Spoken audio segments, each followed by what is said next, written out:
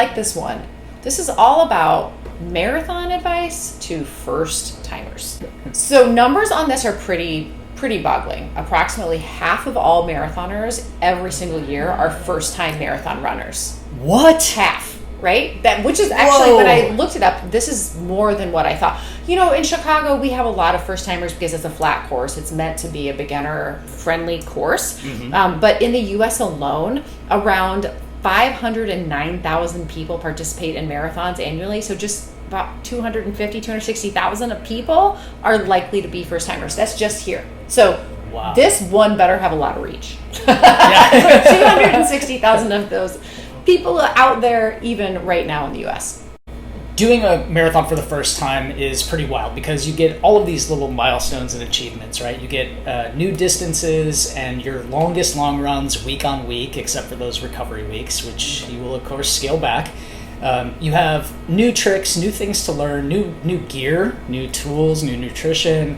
It's so much different, and we just did an episode on making the jump from a half marathon to a marathon. Which also I got a lot of feedback on, too. Yeah. There are a lot of people of you out there that are looking to do that. You're right, this is kind of like a set episode. Yeah, another power pack. It is another power pack. So there's a lot to think about and a lot of new things also on race day when you go farther than you've ever trained in a single go, because we're not training up to 26 miles. So we figured this would be a great episode for all of the newbies out there to layer in some advice for you as you start to build, if you are part of that nearly 250,000 people who will be taking on their first marathon this year.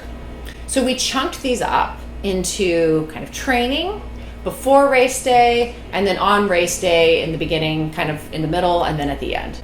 And all of this advice is from our veterans here. It's from people who have run a marathon. This is not just advice from the two of us. We wrote nothing. This is people who have taken on their first marathons and continue to run and want to share the advice that they wish that they knew or things that they've learned along the way. So first up is training as a whole. A lot of advice on long runs in general. So first one is to join a group on your long runs. Focus on having fun with it, and when it gets hard, right, remember your why and dial in with those people. That's coming from Alex.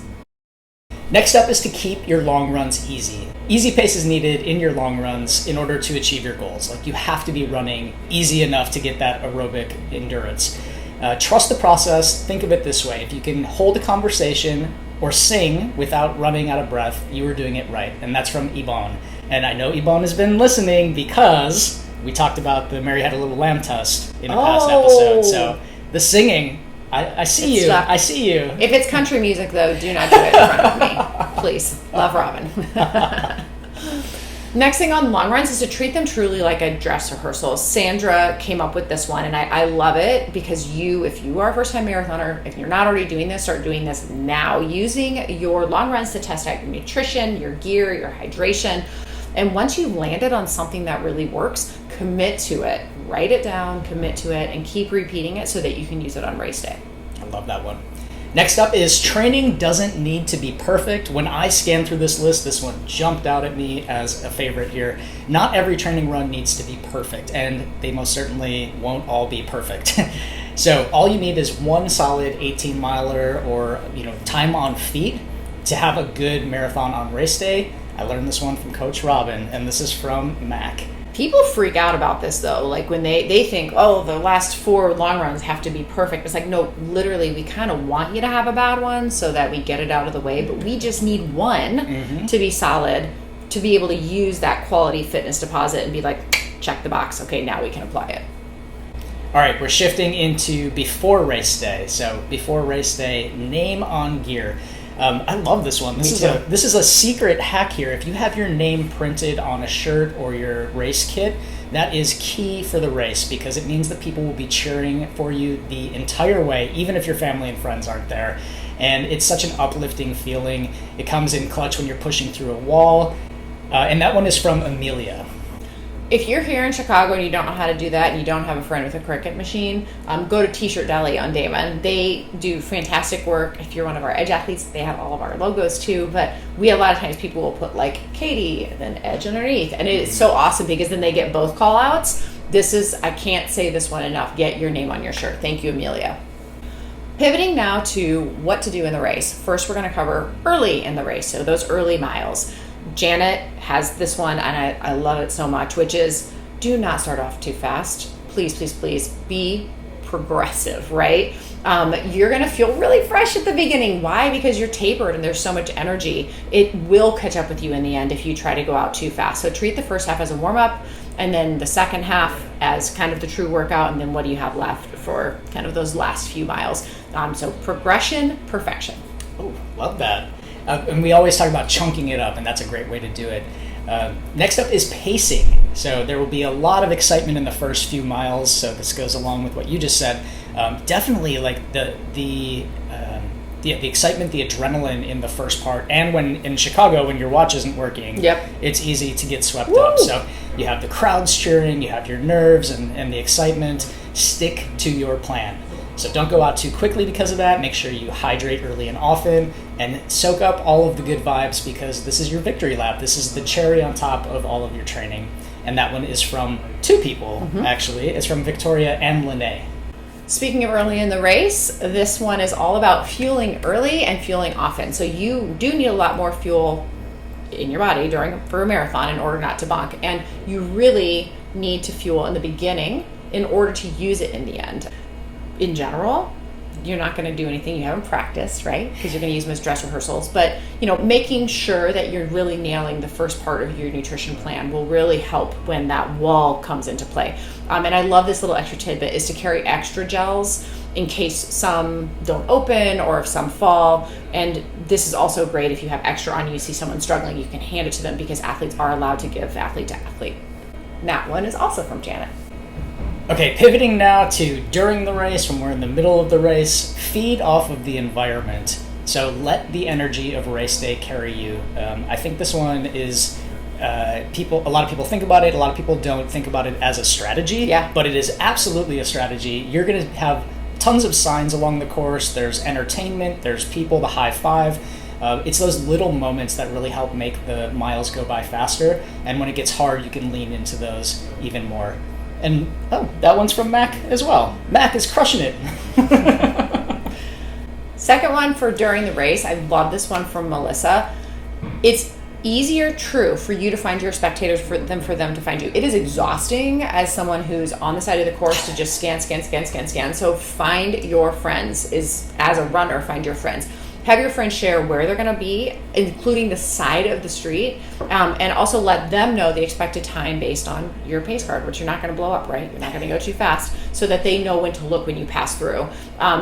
Give them something easy to be identified with, so whether that's like healing balloon, or if you want to send them to the edge cheer zone, which is always right around mile 18, it makes it a lot easier. And then as someone who's spectating, it's so hard when you miss someone. You just feel so sad about it. Mm-hmm. So this way you both have a plan. So find your friends, make it easy.